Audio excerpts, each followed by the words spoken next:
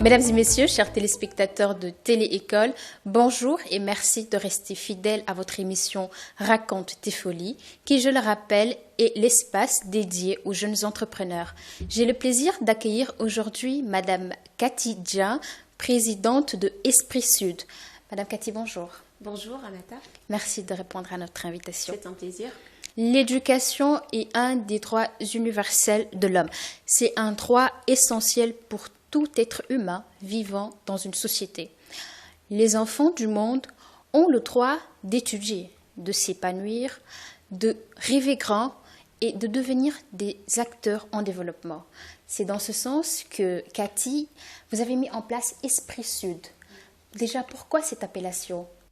Alors, Esprit Sud, parce que c'est une association que j'ai créée à Nice, donc sur la Côte d'Azur en France, à la base, et donc qui, à l'origine, travaillait déjà avec les enfants des quartiers populaires ou des enfants issus de l'immigration en région parisienne et aussi dans le sud de la France, mais également destinée à travailler avec les enfants d'Afrique pour promouvoir l'éducation, parce que, comme le dit si bien Nelson Mandela, l'éducation est l'arme la plus puissante pour lutter contre la pauvreté. Donc, Esprit Sud, tout simplement aussi parce que c'est l'esprit du Sud, c'est le Sud. Lorsqu'on parle de Sud, on parle de chaleur humaine, on parle de solidarité, on parle de partage, etc. Et donc, le Sud fait référence au soleil, etc. et à l'espoir, tout simplement. Effectivement. Alors, pouvez-vous un peu revenir sur les objectifs principaux de votre structure ? Oui, alors Esprit Sud donc a comme objectif, l'objectif principal, c'est vraiment de travailler sur ce qu'on appelle l'école de demain. C'est-à-dire, par exemple, aujourd'hui, on se rend compte que l'école africaine n'est pas vraiment adaptée à la réalité africaine. Est-ce que les enfants sont formés pour devenir des acteurs de développement? Est-ce que la formation correspond aux besoins du continent, etc. Donc, est-ce que l'équipement correspond, etc. Il y a énormément de soucis au niveau de l'école qui est restée quasiment telle qu'à l'époque coloniale. Donc, il y a énormément de défis qu'il faut relever aujourd'hui. C'est pour cela qu'on pense beaucoup à l'école de demain, comment devrait être l'école africaine de demain, sachant que demain se pense dès aujourd'hui. Donc, lorsqu'on parle de l'école de demain, c'est aujourd'hui qu'il faut mettre cela en place. Et donc, les objectifs, c'est tout simplement donc réfléchir sur ce que devrait être l'école normalement et pas forcément ce qu'elle est aujourd'hui. Et puis, éduquer les jeunes, que ça soit au patrimoine, parce qu'on se rend compte que les jeunes Africains, souvent, ne connaissent pas, par exemple, leur patrimoine, leur histoire, etc. Est-ce que les programmes scolaires correspondent vraiment à la réalité du continent ? Former les jeunes à l'éducation, à la citoyenneté et à la paix pour tout simplement élire demain des gens qui seront de bons gouvernants, etc. Donc former vraiment de bons citoyens, parce que sans bons citoyens, on ne pourra pas accéder au développement d'un pays. Former les gens au savoir ancien, parce que c'est très important. L'Afrique regorge de savoirs ancestraux, etc., qui sont aujourd'hui assez méconnus, pas reconnu du tout, et il faudrait justement, nous on essaie d'aller dans les coins les plus reculés, discuter avec les gens, discuter avec les communautés locales pour justement pouvoir collecter ces savoirs-là pour que cela ne se perde pas. Comme disait un Patéba en Afrique, lorsqu'un vieillard meurt, c'est une bibliothèque qui brûle. Donc on essaie justement de conserver cette bibliothèque-là pour que même lorsque les vieillards meurent, que les jeunes puissent également prendre le relais. Donc cette dynamique de transmission, c'est vraiment très très important pour nous. Lutter, l'école aussi, comment l'école devrait lutter contre l'immigration clandestine? Bien entendu, il faut former les jeunes, les former au métier, etc. Quel avenir? Comment lutter contre le chômage? Et aussi, surtout, un autre programme programme qui d'ailleurs, moi en tant que professeur de lettres par exemple, c'est très important pour moi, c'est la lecture pour tous, parce que justement la lecture permet d'éveiller les consciences, permet de forger les citoyens, tout ce qu'on vient de dire, donc mettre en place des programmes de lecture pour que tous les jeunes d'Afrique, quel que soit l'endroit où ils se trouvent, puissent accéder à la lecture, aux livres. Effectivement, j'aimerais que l'on continue dans cette lancée. À l'heure actuelle, on prend de plus en plus conscience que l'éducation et le développement sont intimement liés. D'ailleurs, ils se complètent mutuellement, comme vous aviez dit. Et vous avez tantôt parlé de programmes. Alors, pouvez-vous revenir un peu plus sur les programmes que vous offrez aux enfants dans le cadre de votre association ? Alors, j'ai parlé par exemple du programme Lecture pour tous qui est soutenu par la mairie de Paris. Donc, on a obtenu beaucoup de livres provenant des fonds des bibliothèques parisiennes, des médiathèques parisiennes, par exemple, parce que lorsque nous avons récupéré ces livres-là au mois de février 2019, l'idée c'était vraiment de créer des bibliothèques un peu partout. De créer aussi une bibliothèque mobile pour pouvoir aller un peu partout. Et d'ailleurs, pour ça, on en avait discuté avec M. Mboub de Téléécole, qui était assez favorable pour qu'on puisse aller aussi utiliser les outils de Téléécole pour pouvoir aller dans les coins les plus reculés, apporter le livre à ceux qui en ont besoin et qui n'ont peut-être pas forcément accès aux bibliothèques. Pour ce programme-là, nous avons étalé ça sur plusieurs pays et nous avons des mairies, par exemple une mairie en Mauritanie qui nous avait offert des locaux gratuitement pour qu'on puisse installer notre première bibliothèque Esprit Sud. Entre-temps, malheureusement, on parle de février, entre-temps, il y a eu la pandémie Covid qui est arrivée, donc il fallait trouver des alternatives parce que certes, face aux épidémies, face aux pandémies, il y en aura toujours, il faut trouver les moyens de rebondir. Donc notre projet, c'était vraiment de favoriser la lecture pour tous. Donc il a fallu essayer de rebondir rapidement parce que la bibliothèque, c'était un peu en suspens. Et donc c'est pour cela qu'on a mis par exemple en place une bibliothèque numérique pour permettre justement aux jeunes de faciliter les recherches, pour mettre donc à disposition les ressources des auteurs qui sont maintenant classés dans le domaine public. Et on a mis en contribution des jeunes également, des élèves notamment de l'institution Sainte-Jeanne d'Arc, des élèves de 4e qui ont participé à aller chercher des livres, des informations sur les auteurs, etc. Parce que voilà, on essaie vraiment de faire nos programmes avec les jeunes, pour les jeunes, donc de les faire participer au maximum. On se rend compte que ce n'est pas que local, pas national, oui. Ça va au-delà. Exactement. Vous avez parlé de la Mauritanie, du Sénégal. Exactement. On a le programme donc en Mauritanie. On travaille aussi avec des partenaires tels que MPL, le mouvement des leaders panafricains des leaders, sur certains projets. On travaille avec beaucoup d'associations qui sont des associations africaines. Je pense notamment à Ubuntu au Togo. On travaille avec beaucoup d'associations et là actuellement on est en train de mettre en place le réseau des amoureux du livre en Afrique avec notamment beaucoup de centres culturels ou encore des associations de lecteurs au Mali. Le but, c'est d'organiser, là aussi on a eu la pandémie, mais sinon l'objectif c'était d'organiser le premier festival du livre en plein air. Donc organiser cela, faire venir des jeunes d'un peu partout en Afrique qui participent pendant peut-être 3 jours à ce festival-là du livre en plein air. Donc on fait que de la lecture, etc. On discute, on échange, etc. Ce n'est que partie remise, bien entendu. On espère bien le faire d'ici fin 2020, si les conditions sanitaires, bien entendu, et sécuritaires le permettent, oui. Donc c'est vraiment international, c'est-à-dire que on travaille avec le Mali, avec la Guinée, avec le Sénégal bien entendu, la Mauritanie, Côte d'Ivoire, le Burkina Faso également, le Togo, et puis on travaille également avec la France pour ce qui est de l'Europe, et on espère, en tout cas nous avons des partenaires aux États-Unis qui sont séduits par notre projet et qui aimeraient aussi participer. D'accord. Alors, on a parlé de formation, cette dimension sociale, cette dimension culturelle, c'est plusieurs pays pays qui se confrontent, est-ce qu'il est pris en compte dans les ateliers de formation? Est-ce que, parce que la formation, elle n'est pas qu'éducation en fait, il y a aussi ce facteur culturel, ce facteur social qui est pris en compte. Comment est-ce que vous l'appréhendez dans votre structure? Alors, nous, on est... moi, je tiens vraiment à la multiculturalité. Et d'ailleurs, pour ça, j'ai souvent travaillé dans des environnements multiculturels, etc. Et j'y tiens énormément. Et je pense qu'aujourd'hui, les jeunes africains, surtout, ont besoin d'espace à eux pour se retrouver, pour discuter et pour porter l'avenir du continent. Partager, tout simplement. Partager leurs bonnes pratiques, partager leurs expériences. Et il faut que ces espaces-là se multiplient partout sur le continent. Bien entendu, cela existe, etc. Mais souvent, il y en a, lorsqu'on parcourt les pays en Afrique, on se rend compte qu'il y a beaucoup de jeunes qui font beaucoup de choses, énormément de choses, mais dans leur coin, ce qui fait que finalement, personne n'est vraiment au courant, etc. Et l'idée, c'est vraiment d'essayer de créer un réseau, de faire en sorte que, surtout avec les réseaux sociaux maintenant, etc., de partager nos expériences, mais aussi d'un point de vue culturel, parce que l'Afrique, c'est aussi un continent de partage. Donc, comment partager nos expériences, comment faire en sorte, et ça aussi, pour forger la conscience citoyenne de demain, je pense que c'est très important.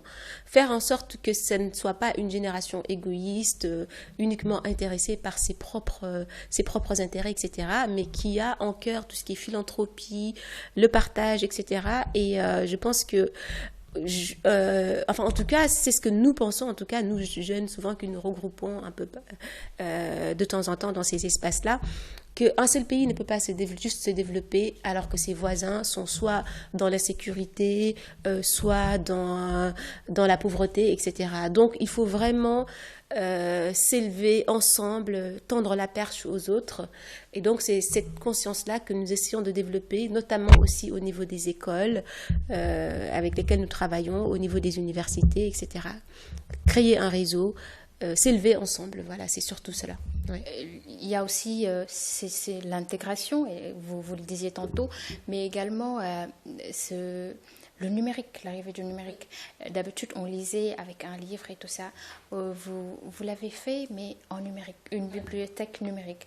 Est-ce que les jeunes se sont appropriés cela depuis que vous l'avez créé jusqu'à présent? Quel constat avez-vous par rapport à ça? Alors, le numérique, c'est tout simplement l'avenir. Ça, c'est... voilà, donc il faut faire avec le numérique, il faut rentrer dans l'ère du numérique, bien entendu. Alors, on parle de bibliothèque numérique, évidemment, avec l'apparition des Kindle, tout cela, des livres numériques, etc., qui se sont vraiment développés ces dernières années. N'empêche, même si cela ne fera pas disparaître, en tout cas, le livre papier, etc., mais le numérique est peut-être un peu plus accessible. On le voit, nous qui ramenons des containers de livres de temps en temps d'Europe ou d'ailleurs, ici en Afrique, c'est vraiment très compliqué, tout ce qui est logistique, etc. Une bibliothèque, ça a besoin de locaux, etc. Mais avec le numérique qui vient vraiment révolutionner tout cela, et lorsqu'on parle d'école de demain, c'est-à-dire notre programme phare, l'école de demain ne sera pas sans le numérique. Et donc, pour que ces jeunes se sont appropriés cet outil-là. Pourquoi? Parce que la plupart des jeunes en Afrique, bien entendu, consomment, ont un smartphone, utilisent leur smartphone, utilisent des applications telles que WhatsApp, etc., vont sur le net, vont surfer, et ça a été testé. Bon, ici à Dakar, c'était peut-être un peu plus simple, voilà, mais ça a aussi été testé dans des villages, notamment à Louga, où justement j'ai demandé à des jeunes, à des écoles, de regarder, d'essayer de s'approprier justement cet outil-là, comment est-ce que la recherche est assez simple, etc., de faire des expériences. Et puis ça a été des expériences plutôt concluantes, sachant que pour ce qui est de la bibliothèque numérique, le livre, les jeunes y ont accès, mais ils ont aussi la possibilité de télécharger même sur le smartphone, parce que ça ne prend pas beaucoup de poids. Donc, ils peuvent aussi télécharger cet outil-là. L'idée, c'est vraiment de pouvoir stocker la bibliothèque, etc. En tout cas, les livres qui sont en train d'étudier en classe, parce que lorsque nous avons fait le tour des écoles, nous nous sommes rendus compte que, par exemple, les élèves manquaient de livres, et surtout des livres au programme. Donc, on essaie aussi d'insister sur cela, essayer de mettre en ligne des œuvres au programme, comme ça se fait en Europe, par exemple, pendant l'époque de la Covid. On a vu que beaucoup d'éditeurs ont mis mis en ligne gratuitement les manuels scolaires, etc. Et on se dit, mais pourquoi est-ce que en Afrique également, on ne fait pas ça? On ne tendrait pas vers cela. Travailler aussi donc avec les éditeurs, même si c'est vrai que la plupart des livres en Afrique sont édités en Europe, mais c'est essayer vraiment de travailler avec des éditeurs, etc., pour que ces contenus-là, qui ne sont pas encore rentrés dans le domaine public, puissent être accessibles aux jeunes, aux étudiants. Oui, ce qui rejoint toujours cette bibliothèque numérique, mais j'aimerais toujours insister là-dessus, la cible. On est en Afrique, donc dans certaines zones, des fois la connexion fait défaut. Exactement. Le réseau également. Ne pensez-vous pas que ça pourrait être source de problème de toucher cette partie, cette marge qui est un peu mise en rade alors qu'ils en font partie? Oui. Donc ne serait-il pas un défi? C'est un défi, bien entendu, c'est un défi à relever. Mais c'est un défi qui implique beaucoup de choses. Justement, quand on en revient toujours au problème de développement, comment faire pour que ces gens-là qui n'ont pas de connexion puissent en avoir, mais comment faire pour que les gens qui n'ont pas d'électricité puissent avoir, ces zones-là puissent être électrifiées. Parce que certains peuvent avoir un smartphone et ne même pas avoir de quoi charger leur téléphone, etc. Donc tout cela, on en arrive encore au problème de développement, mais aussi forger, comme on dit, la conscience citoyenne et travailler avec les jeunes pour leur montrer aussi d'autres alternatives. Par exemple, on a vu dans beaucoup de pays des jeunes qui mettent en place par exemple, le solaire. Il y a eu un film d'ailleurs récemment, je crois que c'était, je sais plus, l'enfant qui créait le vent, etc., tout ça, mais on se rend compte qu'en fait, il y a énormément de ressources et il y a des jeunes qui créent justement ce qui leur manque. Par exemple, le solaire, on a beaucoup de soleil en Afrique, mais qu'en faisons-nous? Pourquoi est-ce qu'on dépend toujours donc de l'électricité, etc.? Pourquoi il n'y a pas beaucoup d'éoliennes, etc., tout cela? Et ça aussi, ça fait partie des défis à relever, c'est-à-dire lorsqu'on parle d'aller dans les écoles, discuter avec les jeunes, c'est aussi pour leur montrer que finalement cet avenir-là dont ils rêvent, c'est à eux de le créer. Et donc ça fait partie des défis bien entendu à relever, les défis de développement, parce que bon, on sait que l'État ne fera peut-être pas tout. Il faut que les communautés aussi puissent mettre la main à la pâte et il faut que ces jeunes-là puissent créer. Et quand on parle d'une école qui correspond aux besoins de l'Afrique, c'est justement de cette école-là dont on parle. Comment faire en sorte pour faire avec ce que nous avons. C'est surtout cela. Ne pas forcément dépendre de l'importation, de l'extérieur tout le temps, mais faire en sorte que ces jeunes-là puissent également être créateurs. Et on travaille beaucoup donc sur ces volets-là, éducatifs, entrepreneuriat, formation, etc. Alors, la place des jeunes, les étudiants dans votre structure, oui. Sont-ils des ambassadeurs? Vous êtes-ils dans l'intégration même de ces zones les plus reculées? Comment ça se passe exactement? Alors, on travaille, en fait, on ne laisse aucun enfant, aucun jeune, c'est-à-dire qu'on travaille de la maternelle jusqu'à l'université. Tous ces jeunes en font partie, bien entendu. Les étudiants, oui, on parlait de solidarité en Afrique, etc.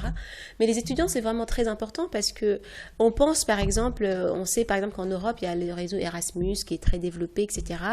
Des jeunes qui quittent leur université pour aller dans une autre université, ça se fait et c'est facile les échanges universitaires, etc. Tout ça. En Afrique, c'est encore un peu compliqué. Et donc, nous, on essaie aussi de favoriser cela, l'échange entre étudiants, faire en sorte que les étudiants puissent se connaître, aussi qu'il y ait cet échange-là entre universitaires, entre étudiants, que ça soit juste pour quitter le Sénégal, aller en Afrique du Sud ou en Gambie à côté, au Mali, pendant un trimestre, un semestre, même un mois, même 2 semaines.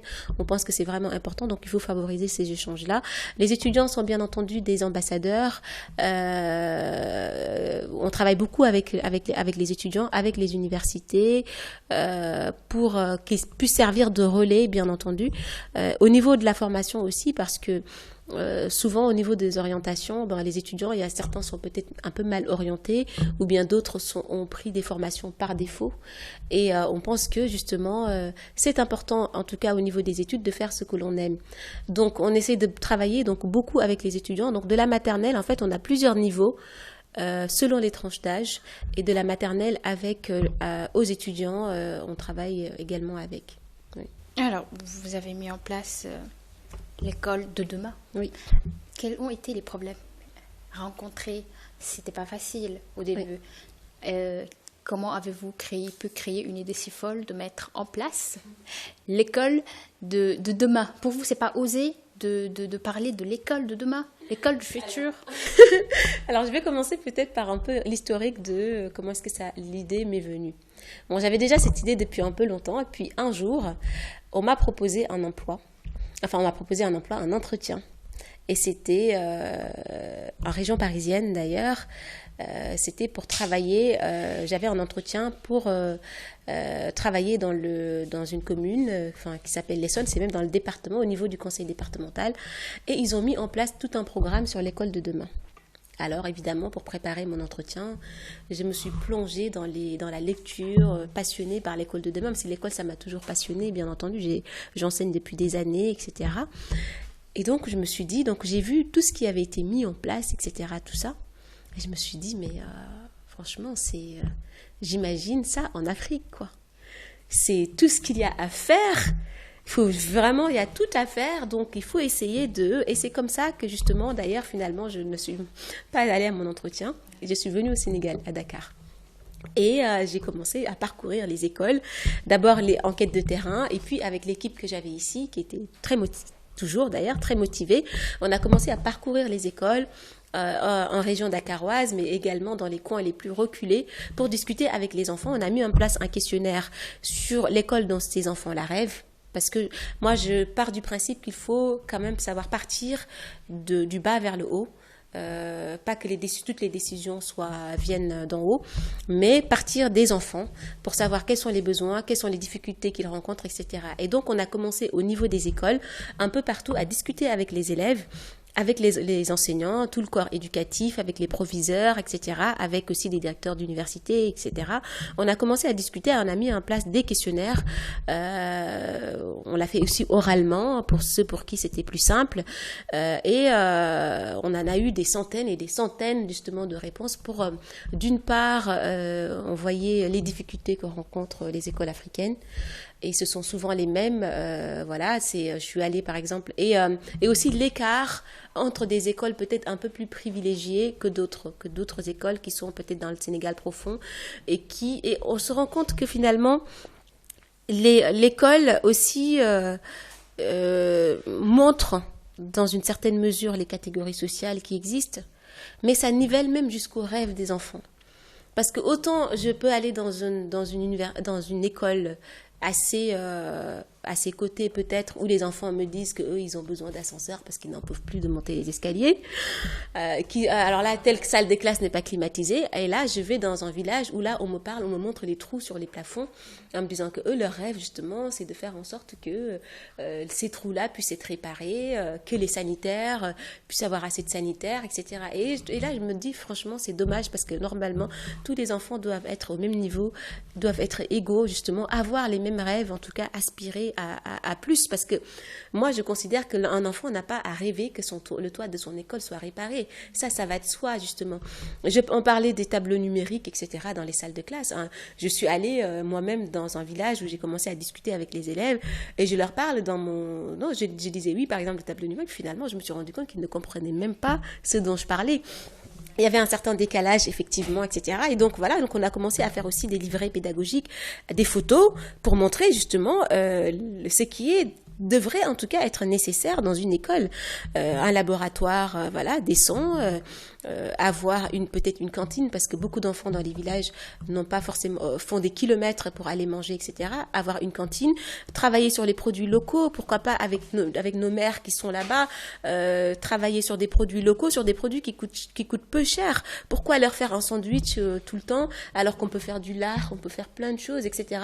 Ça permettra de nourrir les enfants, de les nourrir à moindre coût, et surtout de leur permettre de grandir convenablement. Donc on a commencé à mettre tout cela en place, à réfléchir justement sur tout ce qu'il y avait à mettre en place avec les questionnaires, donc avec les enfants qui se sont vraiment pris au jeu également, et qui ont répondu, etc.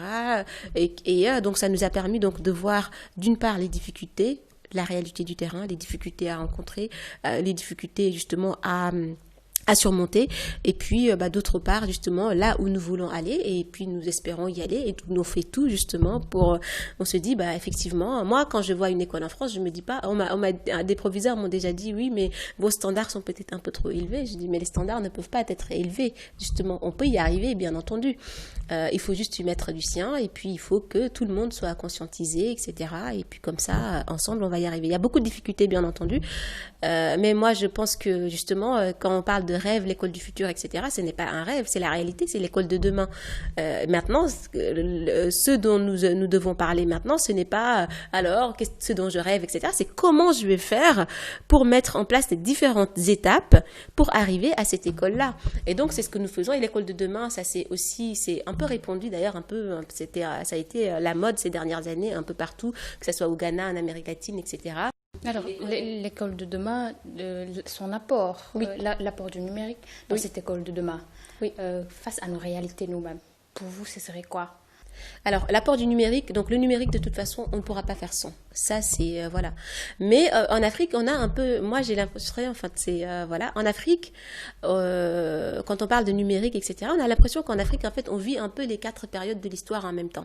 On est à la fois à l'Antiquité, au Moyen-Âge, à l'époque moderne, à l'époque contemporaine. Ce qui fait que, justement, en tant qu'Africains, on vit tout d'un coup.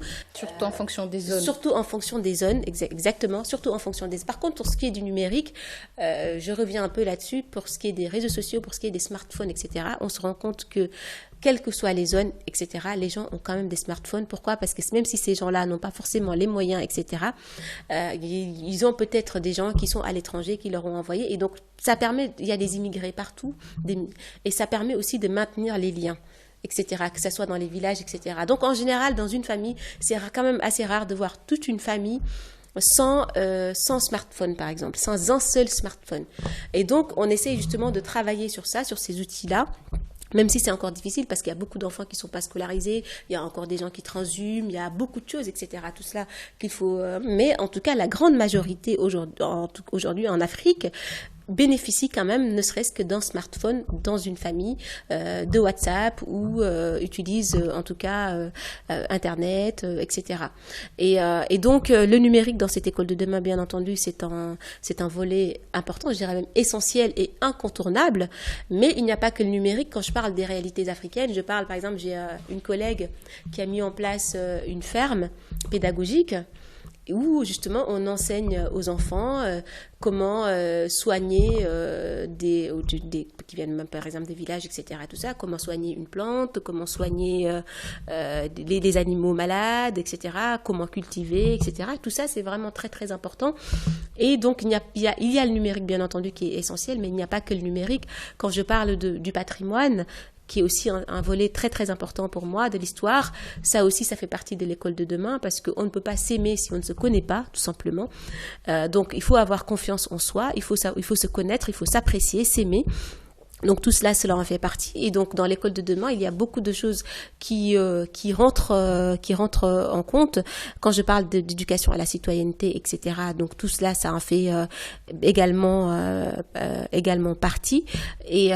Et conscientiser, en fait, discuter avec les enfants, parce qu'ils ont aussi beaucoup d'idées, énormément d'idées. Ils ont des idées même révolutionnaires, hein. Aussi, je me suis rendu compte, par exemple, parler aussi de quelle langue utiliser à l'école. Je pense que c'est important. Parce que je me suis rendu compte, en travaillant dans un village, en donnant des cours de vacances, certains jeunes qui ne comprennent pas du tout leurs leçons. Je leur demande de lire, d'ailleurs, ils ont même honte de lire en français. J'essaie, etc. Mais entre eux, encore quand ils sont tout seuls avec moi, ça va, mais quand ils sont entre eux, ils ont un peu honte, etc. Et tout, peut-être. Et finalement, je commence à essayer une méthode, c'est expliquer la leçon en Wolof, en tout cas dans la langue locale, la langue qu'ils comprennent. Ils étaient Wolof, ceux-là. Et là, ça a été la révélation. Non seulement ils étaient plus à l'aise, mais ils m'ont donné des exemples auxquels moi, je ne pensais même pas. Là, ils se sont vraiment réveillés et je me suis dit, waouh, mais tous ces talents-là cachés, tous ces enfants dont certains, beaucoup même, vont peut-être quitter l'école assez tôt, ou certains vont s'en sortir, peut-être d'autres non, qui vont devoir abandonner, mais tout simplement pourquoi? Parce qu'il y a la barrière de la langue. Et donc, et c'est pour cela d'ailleurs j'ai assisté à la journée de la langue maternelle à l'UNESCO l'année dernière, où cette question-là était aussi à l'ordre du jour, bien entendu, dans quelle langue est-ce qu'il faut enseigner. Et moi, on dit souvent qu'aucun pays ne s'est développé avec la langue d'un autre. Donc voilà, donc il faut, en fait, ce sont tous ces problèmes-là, en fait, et tous ces défis-là que doit relever l'école de demain. L'école de demain, oui. L'éducation pour tous. L'éducation pour tous. Nous parlons de démocratiser l'éducation, oui. En quelque sorte. Alors, Cathy, quelles sont les perspectives pour Esprit Sud? Oui, alors les perspectives, donc je vais y arriver, mais juste quand on parle d'éducation pour tous, quand je parle d'école, je ne parle pas juste que de l'école classique, traditionnelle, coloniale, française, je parle également de l'école coranique. On travaille beaucoup, en tout cas au niveau d'Esprit Sud, on travaille beaucoup avec les écoles coraniques, qui ont aussi, dont certaines, ont développé des méthodes assez révolutionnaires qui sont peut-être un peu inconnues. Je pense par exemple à l'Institut islamique de Koki, qui est devenu peut-être l'un des grands centres, peut-être le plus grand centre islamique du Sénégal, et qui a mis en place une méthode révolutionnaire. C'est que les enfants, une fois, bien entendu, quand on parle d'école coranique, c'est pour la mémorisation du Coran d'abord, puis l'apprentissage des sciences islamiques, mais une fois que l'enfant a maîtrisé le Coran, ce qu'ils font, c'est qu'ils lui font passer. Maintenant, ils passent à l'enseignement en français. Et donc, ils sont tous à l'internat là-bas. Et donc, ils ont à peu près 3500 élèves. Et donc, tout celui qui mémorise le Coran commence à apprendre le français.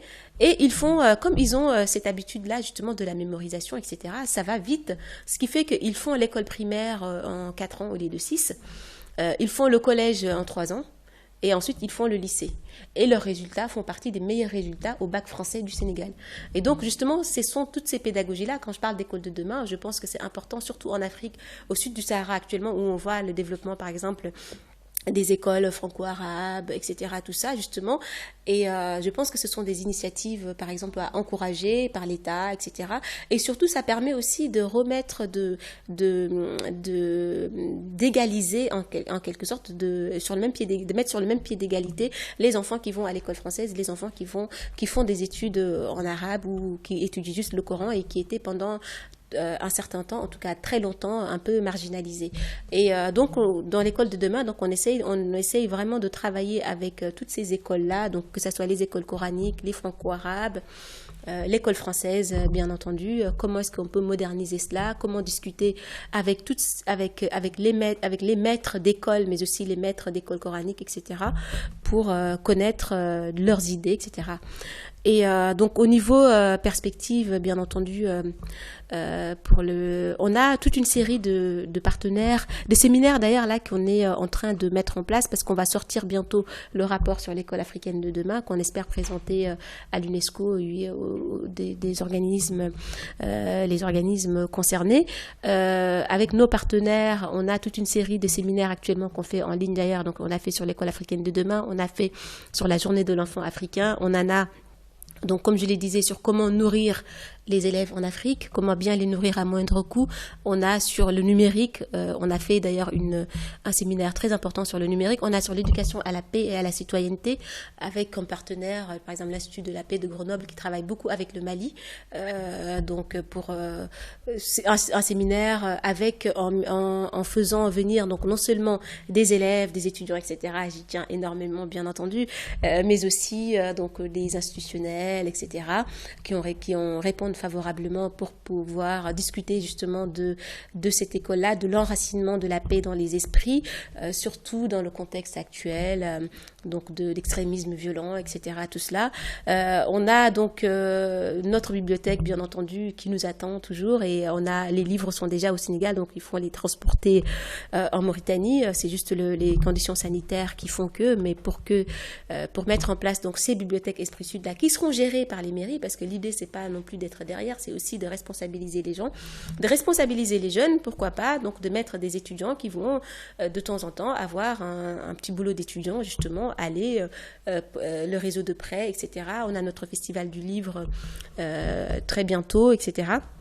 Et on aimerait aussi le réseau des amoureux du livre qu'on met en place très bientôt, et avec toujours avec un partenaire d'ailleurs avec qui on travaille sur le réseau du livre, c'est organiser également un forum sur le patrimoine pour faire découvrir justement les sites d'une valeur universelle exceptionnelle, travailler un peu sur la constitution des dossiers au niveau de l'UNESCO, comment faire pour que l'Afrique puisse rattraper son retard, parce que beaucoup de pays inscrivent beaucoup de sites, mais l'Afrique a quand même le moins de sites inscrits au niveau du patrimoine mondial de l'UNESCO, etc. Donc il y a énormément de choses, et surtout tous les jours on rencontre des gens qui sont motivés, qui ont envie justement de venir avec nous, de travailler avec nous sur ces questions-là, et donc voilà, donc la liste est vraiment longue, et surtout maintenant c'est juste une question de calendrier.